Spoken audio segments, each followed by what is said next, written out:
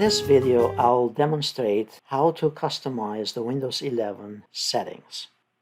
Just like with any other operating system, there is typically a need to go and modify particular settings in the computer or in that particular device. So think of it like if you have an iPhone and you go to the settings area, you can modify a variety of things, whether it's for the apps or the look and feel and the privacy and things like that regarding your device.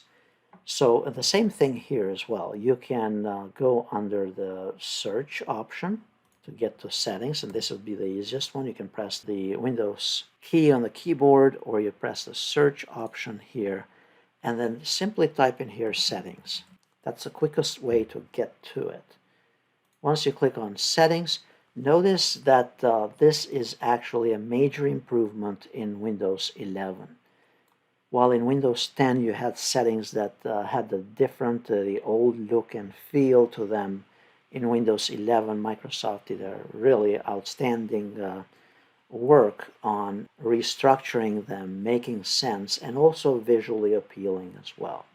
So at the very top here you have the option about the system. So you can change system-related settings, such as changing, for example, the name of your computer, the updates about the computer. And obviously under the system settings, you can change settings related to the display, the sound, notifications, power, storage, anything that is system related. As far as devices and so on, you can click on that and you'll be able to customize settings related to any devices connected to your computer.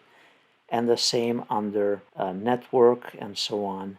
Then personalization. This is where you change the themes and the look and feel of your operating system.